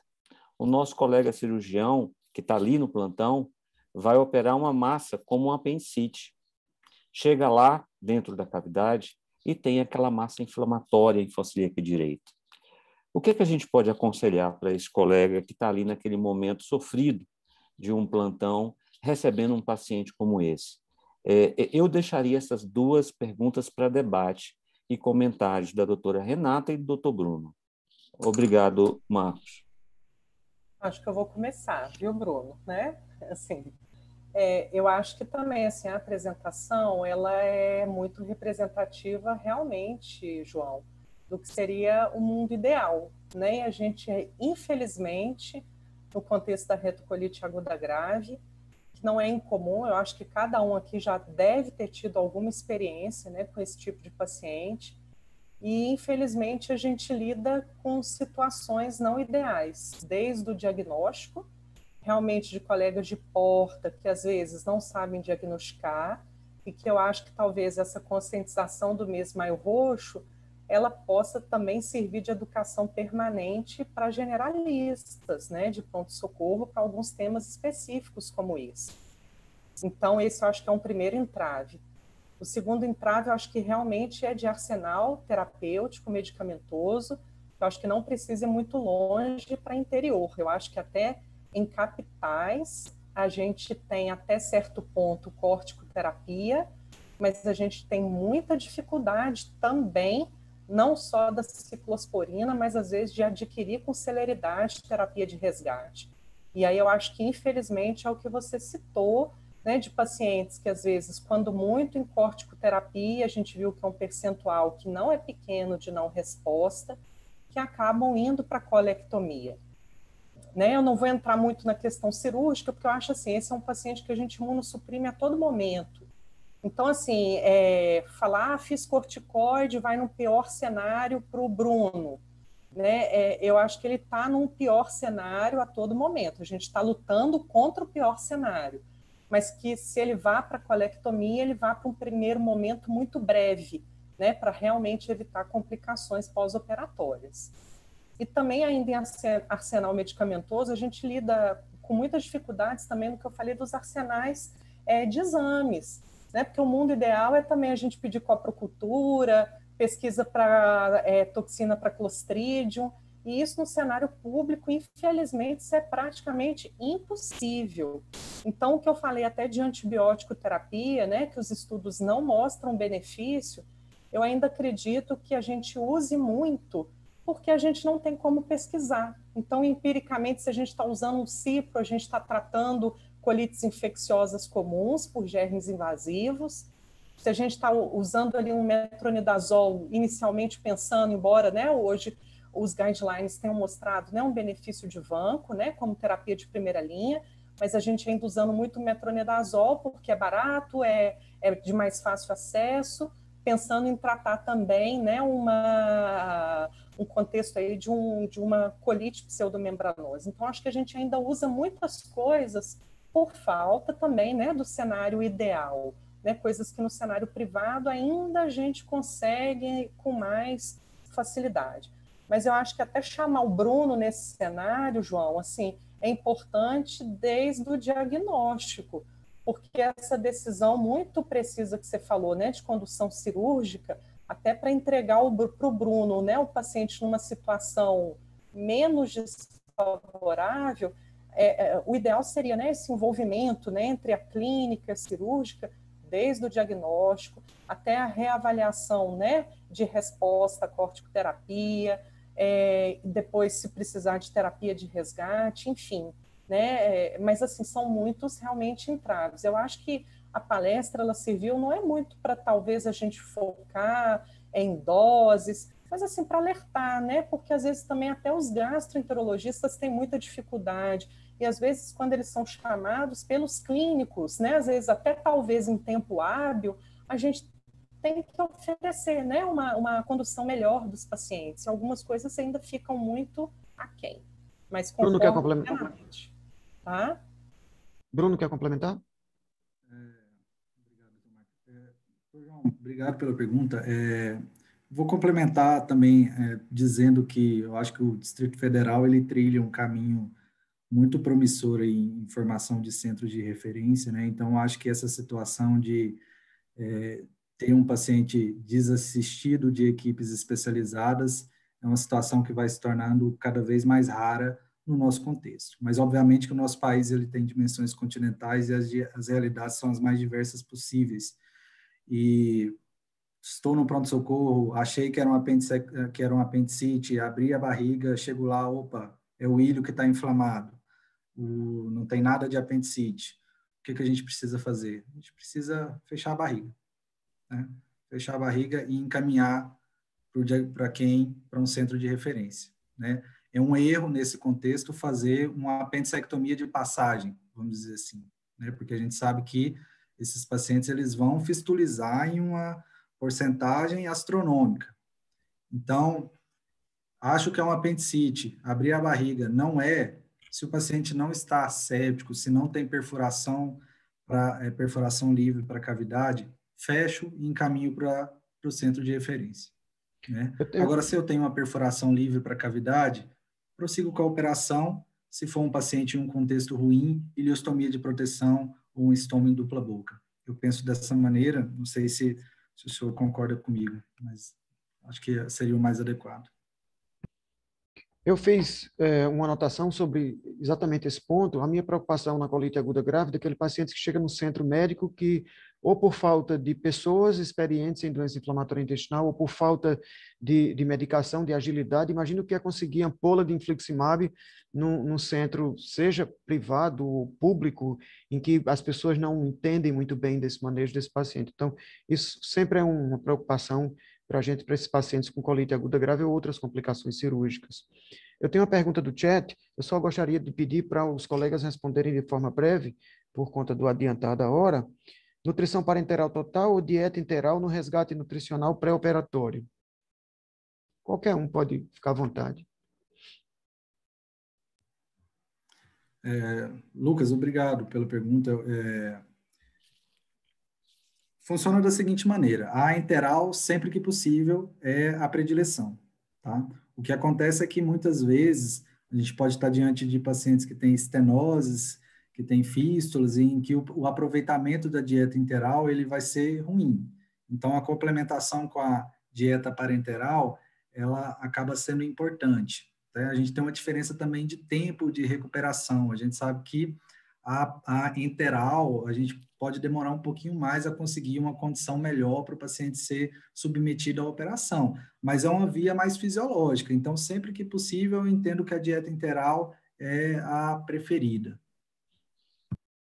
Eu entendi que ele estava perguntando em retocolite, não é isso, Bruno? Não especificou. Não especificou, né? Eu concordo com a resposta do Bruno, sem dúvida nenhuma, a enteral é preferencial, mas em contextos de colites muito graves, de pacientes muito distendidos, o trato digestivo ele se torna inabitável para a parte do alimento, né? Então, também não tenho medo de fazer nutrição parenteral, não, viu?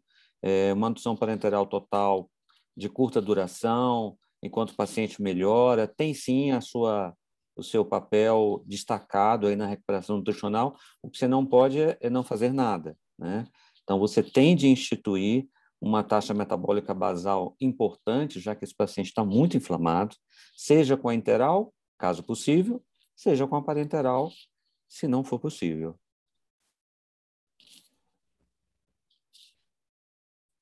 Eu tenho um questionamento. Eu sempre me impressionei muito com os resultados do Lyrics.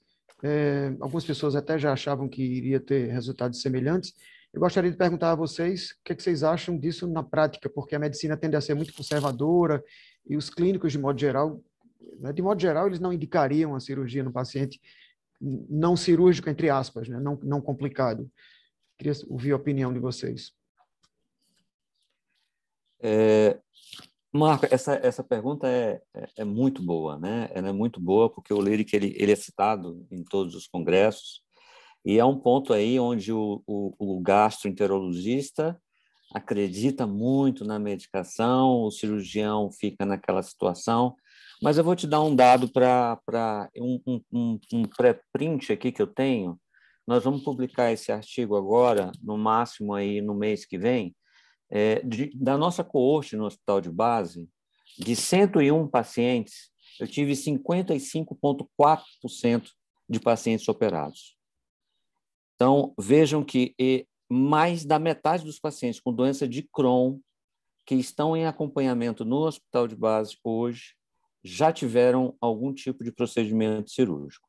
E nesse percentual, o maior fator de risco que nós encontramos foi justamente a doença L1. Então, a doença L1, ela é um fator de risco. Ela tem um risco relativo aumentado em relação a Montreal L2 e em relação a Montreal L3 sem acometimento ileal. Então, eu acho que a melhor resposta para essa pergunta é a seguinte: que paciente é que você tem? O paciente é um L1 puro, de curto intervalo de inflamação? Cirurgia é uma boa opção. Cirurgia é uma boa opção. Você tem um paciente L1 de extensão longa ou múltipla, com uma possibilidade de doença L4? Repense. Repense. Cirurgia não vai ser bom para esse paciente. O paciente é um L3 com ileite terminal importante? Repense. Talvez a cirurgia também não seja o melhor dos mundos para ele. Agora, que o L1 puro, de curta extensão, é estimulante para o procedimento cirúrgico, ele é. E os nossos resultados aqui em Brasília vão ser publicados e vão mostrar também um pouco relacionado a isso. Olha que eu sou clínico e me empolgo muito com essa ideia. Ok, eu queria facultar a Júlio a possibilidade de encerrar por conta do adiantar da hora, ou o que os colegas acham? Gostaria de perguntar nesse momento sobre isso.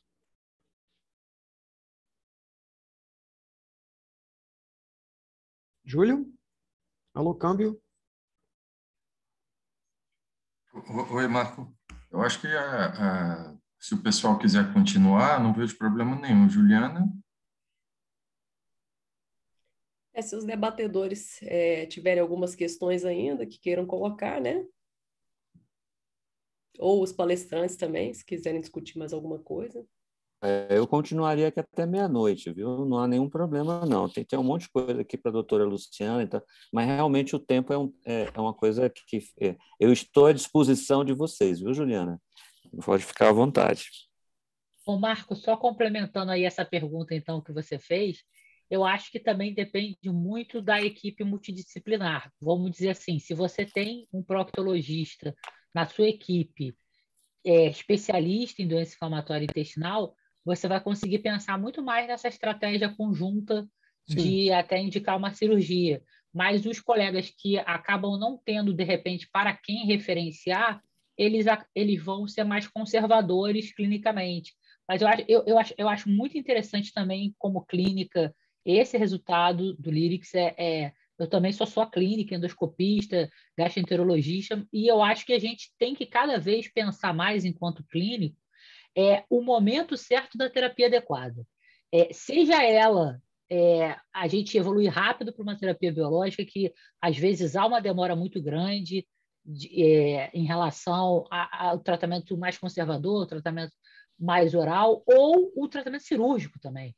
Então, porque eu acho que o que muda no final das contas, nas doenças inflamatórias intestinais, o que muda é aquela história da evolução natural da doença, que pode evoluir com desmotilidade, que pode evoluir com estenose, seja no Crohn, até na retocolite, só a fístula mesmo que é mais para o Crohn, mas é o tempo do tratamento ideal.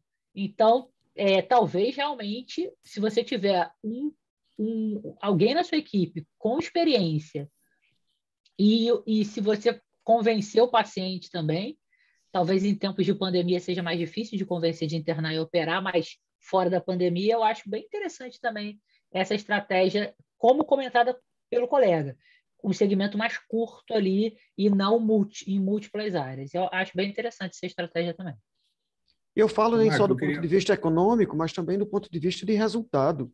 A pessoa ter a chance de ficar sem medicação biológica, que não é medicação isenta de problema, todos nós aqui sabemos muito bem disso, eu acho que é uma estratégia interessante.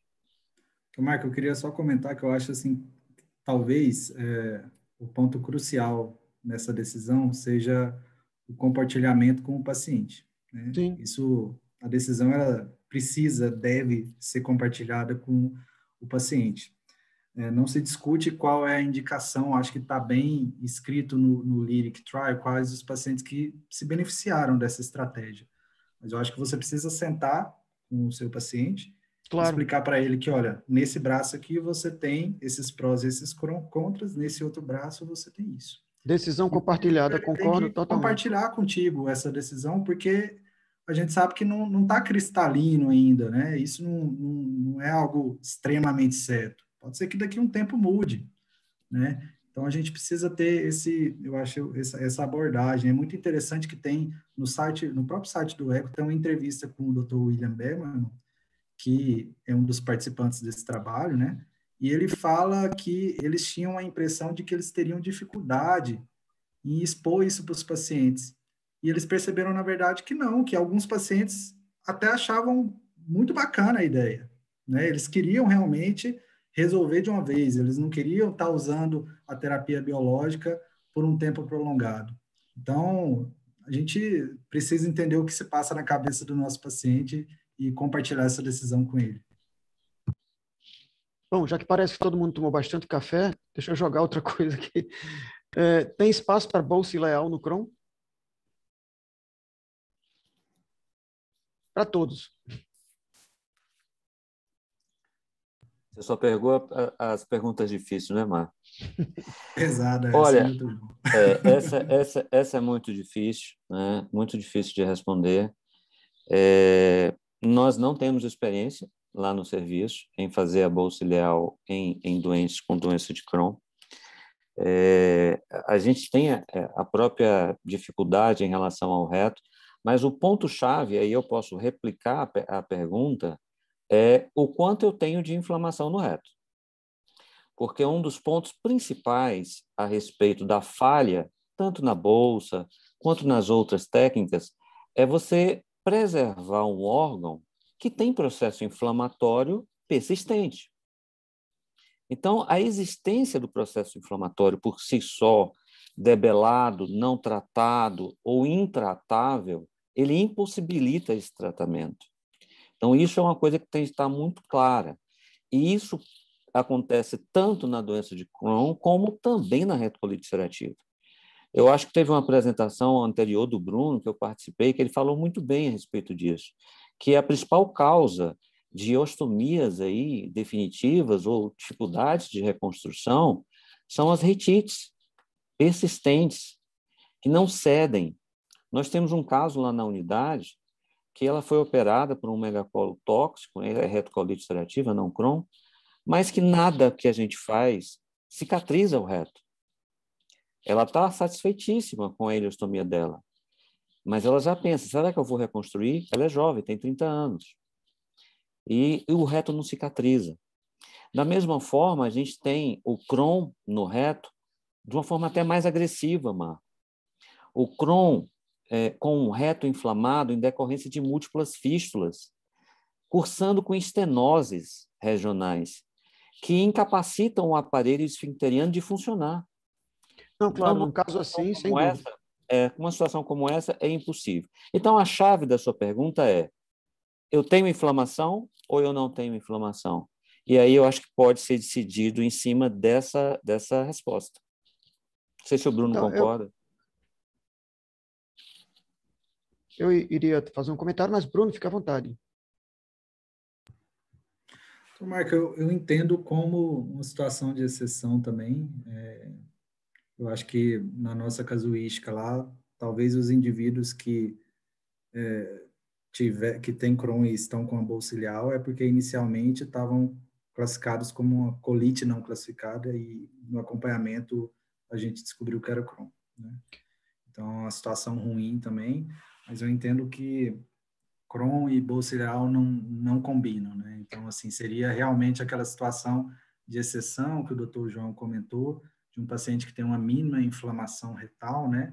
Que está bem ciente dos riscos que ele pode ter de desenvolver a doença na bolsa ileal, e aí a gente poderia utilizar essa opção. Mas realmente eu acho que é muito raro, né? Então, a minha pergunta é porque algumas pessoas admitem que num grupo muito selecionado de pacientes, discutindo essa ideia com o paciente, isso pode ser possível. Claro, você não pode ter uma doença fistulizante perianal, você não pode ter um comprometimento significativo do aparelho esfincteriano, etc, etc. Mas eu tenho um caso de um paciente que ele desenvolveu uma doença de Crohn intratável aos 13 anos de idade, ele está com 6 anos agora de operado, e se discutiu muito isso com a família, a possibilidade de pelo menos ele atravessar a adolescência com a, tá dando eco aqui, com a bolsa ileal, por conta da idade. Imagino que é um garoto de 13 anos com ileostomia definitiva, passando pelo período né, nessa idade entre 13 e 25 anos, sei lá, que é um período muito importante em termos de desenvolvimento.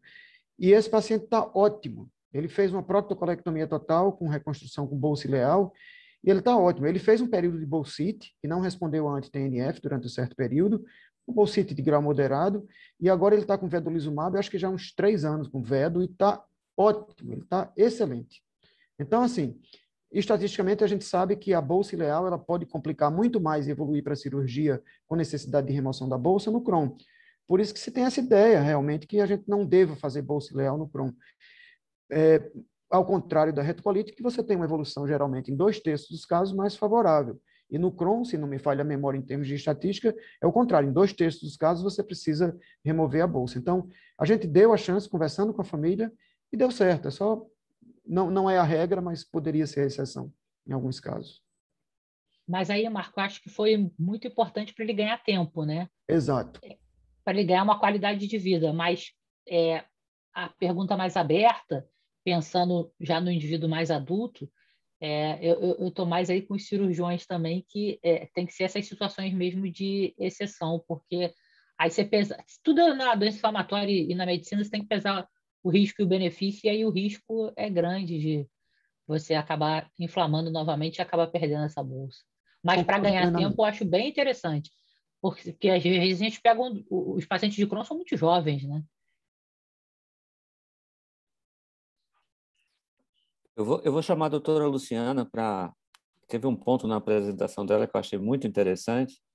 Vou chamar ela para conversa, porque a gente tem uma tendência aí na colonoscopia a utilizar a biópsia randômica, né, de 2 segmentos, né, conforme é recomendado pela literatura. Só que o patologista, a gente não consegue combinar o CDAI com o CSCD e com o GAS, que é o score histológico que é utilizado, né? Eu tenho uma publicação aí de combinação muito boa entre a endoscopia e o GAS, mas muito ruim entre o índice clínico, o índice endoscópico e o índice histológico. E aí, doutora Luciana, eu tenho uma pesquisa, né, que foi feita com um radiomarcador.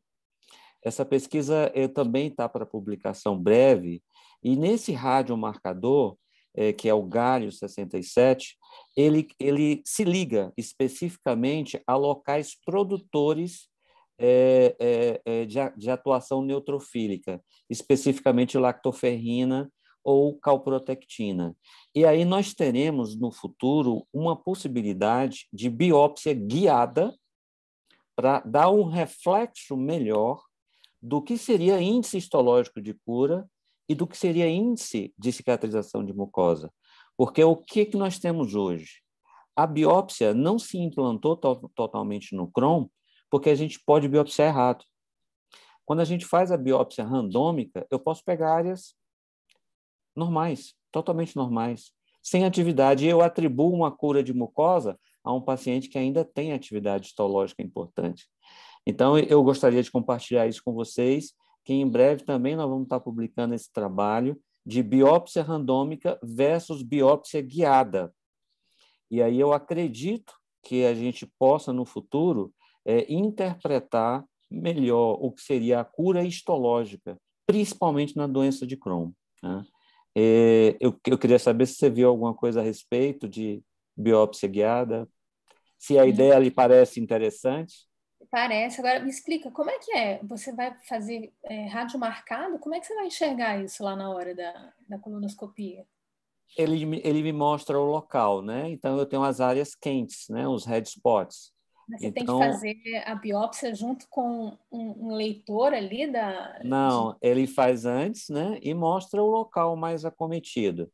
O paciente faz a cintilografia com galho oral, não é venoso, é diferente do que o pessoal utiliza na Europa. Ele é feito oral, e aí eu tenho um red spot. E aí a gente guia o red spot naquele local de marcação mais quente lá para a biópsia, né? Interessante isso, né? A pergunta que eu te faço, João, ele capta, por exemplo, que na doença de Crohn a gente lida com uma doença transmural. E essa captação, ela atinge uma transmuralidade que não vai beneficiar numa endoscopia, a biópsia?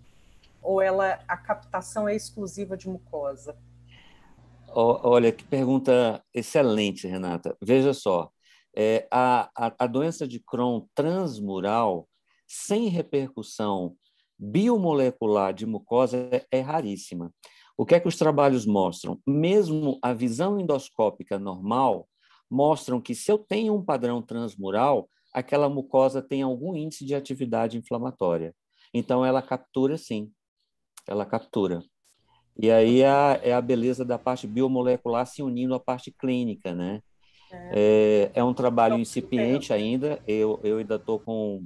A gente está aí com 40 pacientes, né? Depois do trabalho principal, que já são 2 trabalhos, esse é o terceiro, mas eu vou compartilhar ele com vocês em breve aí para vocês olharem, discutirem e quem sabe a gente ter aí uma discussão mais ampla no futuro, porque a gente precisa encontrar a remissão completa, digamos assim, né? Que seria o ideal dos ideais. Tem gente que não procura nem a cicatrização de mucosa. Eu acho que isso já está um pouco ultrapassado, né? A cicatrização de mucosa é o mínimo hoje que a gente precisa para o acompanhamento do paciente com doença de Crohn. Eu pergunto isso porque até é uma dificuldade, ainda mais no contexto da doença de Crohn, de atingir a cicatrização histológica como alvo terapêutico. Igual você falou, né, por áreas intervaladas, o que a gente já sabe de doença, normalidade, e transmuralidade, né, Renata e Zerôncio, assim, né? Então, o que vocês acham aí, Rê? Eu fiquei surpresa com essa possibilidade e eu tive exatamente a mesma dúvida que você, se a marcação ia ser de mucosa. Eu acho que, assim, hoje em dia, tudo que a gente puder conseguir direcionar melhor as biópsias, é bem-vindo, porque eu lembrei o nome do colega que até fez a palestra aqui na Sobes Nacional, que foi o Rubin, David Rubin. Ele falou que cada vez mais a gente se distancia das biópsias randômicas e tenta algo que possa direcionar mais as nossas biópsias. Então, acho que, enfim, a gente tem que aguardar os trabalhos, mas eu acho que hoje em dia, pelo menos, a gente já sabe que, comparando a luz branca com outras técnicas de cromoscopia, a gente já tem uma melhora, um melhor rendimento quando a gente aplica essas técnicas. A Luciana é endoscopista? Eu? Não. Não faço colono, não. Você não faz. Sabe o que eu queria, assim, eu faço, então eu queria, assim, fazer uma pergunta para você. Em relação à questão da indicação da colono, que às vezes, assim, eu sinto falta um pouco. Você não acha que seria importante o gastro detalhar mais o que ele quer do endoscopista? Porque, por exemplo, uma colono para você fazer diagnóstico de doença inflamatória é uma coisa. Uma colono para você fazer o screening de displasia é outra, é outro exame.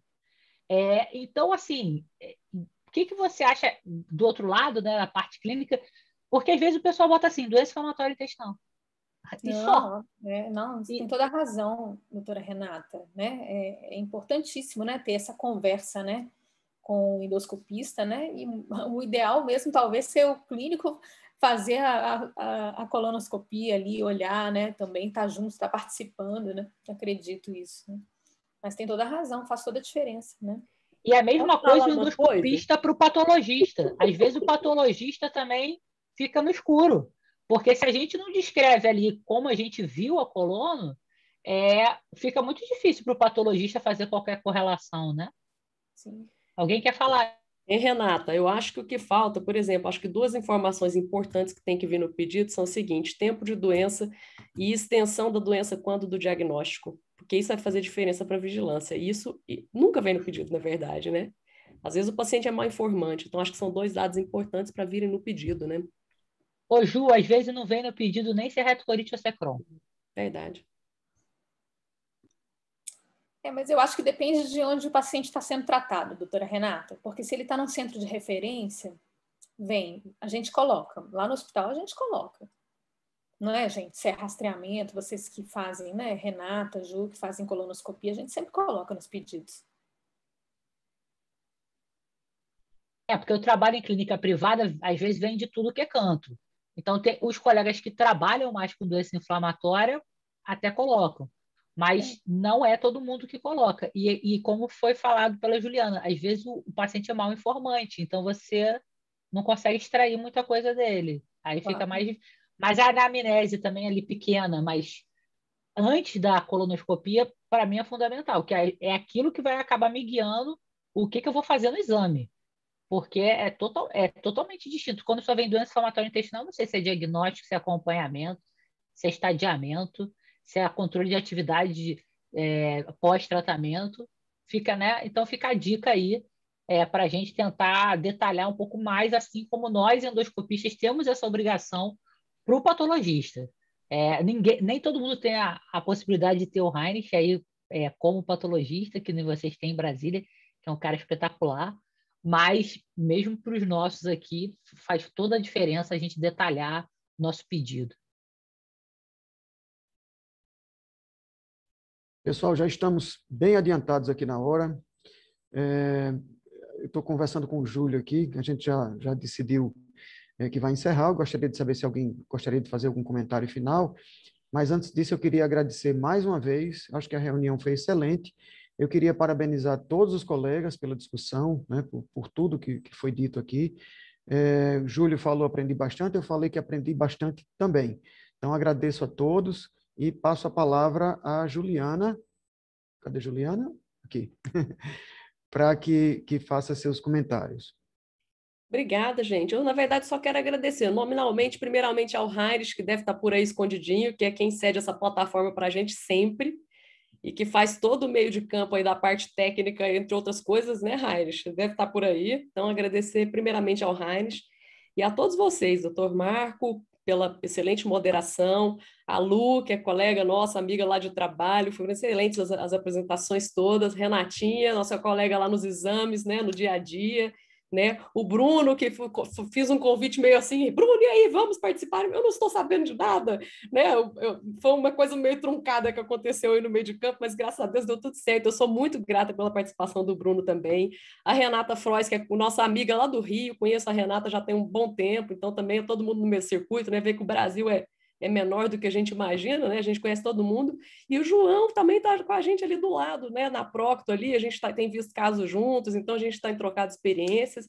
Foi muito importante. Eu acho que eu também tive um aprendizado muito grande aí nas palestras e quero agradecer a todos mesmo pelo esforço, pela organização de todas as palestras, né? A gente sabe que demanda tempo e pela disponibilidade de vocês de estarem aqui, né? A gente sabe que se estendeu bem, mas eu acho que foi muito produtivo.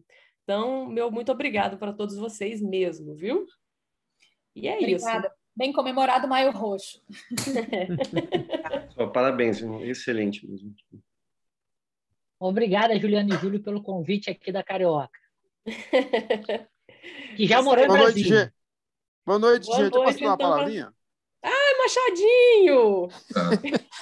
Gente, desculpa aí. Eu entrei aqui um pouco depois. Eu só quero comentar da felicidade. Ah, que pena. Conexão.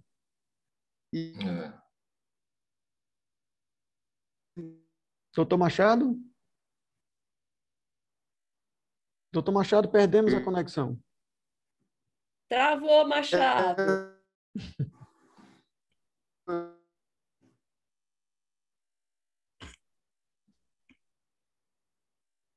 Ah, que pena.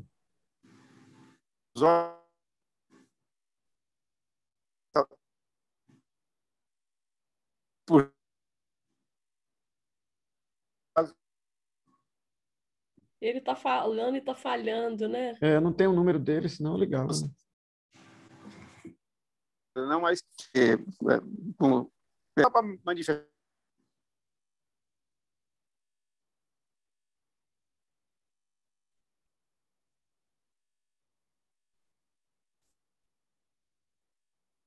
Talvez seja bom dar uma ligadinha para ele. Ele voltou agora, é só ele ativar o microfone. Ele está com o microfone desligado. Machadinho, seu microfone está desligado.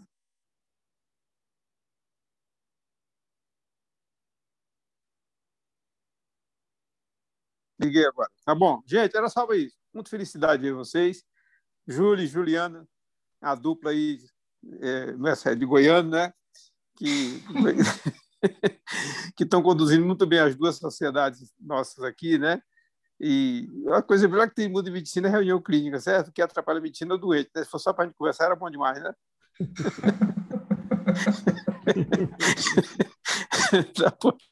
Tá bom, gente, desculpa aí, mas eu não podia deixar de manifestar minha alegria de ver vocês. Tá bom, tchau. Obrigado, Machado. Alô, Marquinhos, grande Marquinhos.